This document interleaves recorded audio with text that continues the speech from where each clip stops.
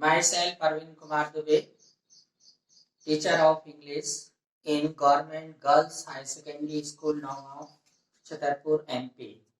Students, today I am going to teach you omission of the article. यानी कहाँ पर हम जनरली डेफिनेट आर्टिकल का प्रयोग नहीं करते हैं. In general sense and in particular sense. दो प्रकार के सेंस है, एक सामान्य अर्थ और एक खास अर्थ. दी both pronunciation is common. The in Hindi the and the and the before consonant यानी व्यंजन के पहले दा का उच्चारण करते हैं. Example is the boy. See here, B is consonant. Next, before vowel यानी स्वर के पहले डी का प्रयोग करते हैं. Example is the Indian. It is very basic thing. ये बहुत ही साधारण बात है उच्चारण की. तो my topic of today is omission of the article. OMISSION. omission of the article. कहाँ पर हमें आर्टिकल का प्रयोग नहीं करना है. इसको क्रॉस भी लगाते हैं, इसको जीरो आर्टिकल भी कहते हैं. किसी किसी बुक में फाइव का भी यूज किया गया है. फाइव का मतलब यहाँ पर हमें जबरदस्ती आर्टिकल का प्रयोग नहीं करना है. तो इसका रूल नंबर 1 है कि जनरली विद प्रॉपर नाउन यानी किसी भी व्यक्ति का नाम और शहर के नाम के पहले डेफिनेट आर्टिकल दी का प्रयोग नहीं करते हैं. परंतु जब दो व्यक्तियों, दो शहरों, दो स्थानों की तुलना की जाती है तो जिस व्यक्ति या शहर से तुलना करते हैं उसके नाम के पहले दा या दी का प्रयोग करते हैं. In English generally definite article the is not used with proper noun, but if there is comparison between two person, two things, two places, then definite article the must be used before by which the comparison is done. Example is Kalidas is the Shakespeare of India. यहाँ पर William Kalidas की तुलना Shakespeare से की गई है. यह dash Kalidas is the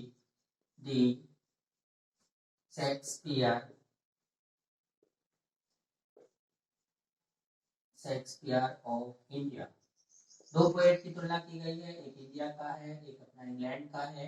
लेकिन यहाँ पर हम डेफिनेट आर्टिकल दी का प्रयोग नहीं करेंगे क्योंकि कालिदास क्या है, ये प्रॉपर नाउन है, किसी भी व्यक्ति का नाम है. लेकिन यहाँ विलियम शेक्सपियर से हम तुलना करते हैं तो विलियम शेक्सपियर के पहले हमें डेफिनेट आर्टिकल दी का प्रयोग करना होगा. Next example is as Mumbai. Mumbai is dash Manchester of India.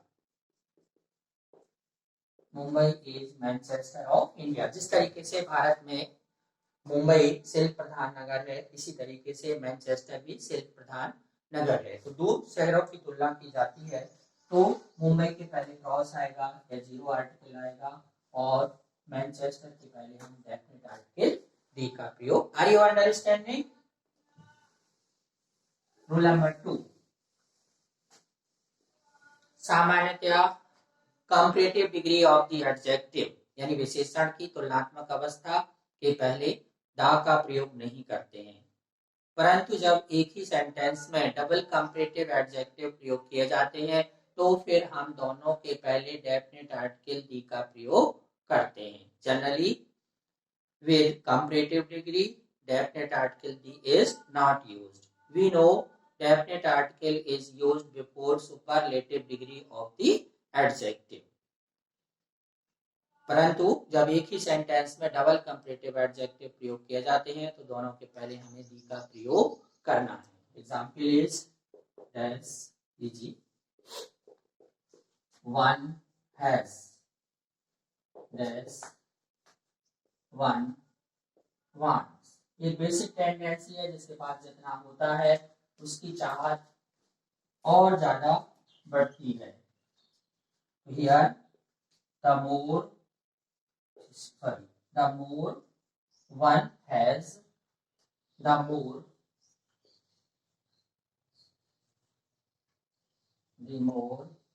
One wants. Here more is comparative adjective, much, more, most. That's why the is used before more here and the is used before comparative degree of the adjective here. Second example is the high, higher, highest. The higher you go, the cooler you feel.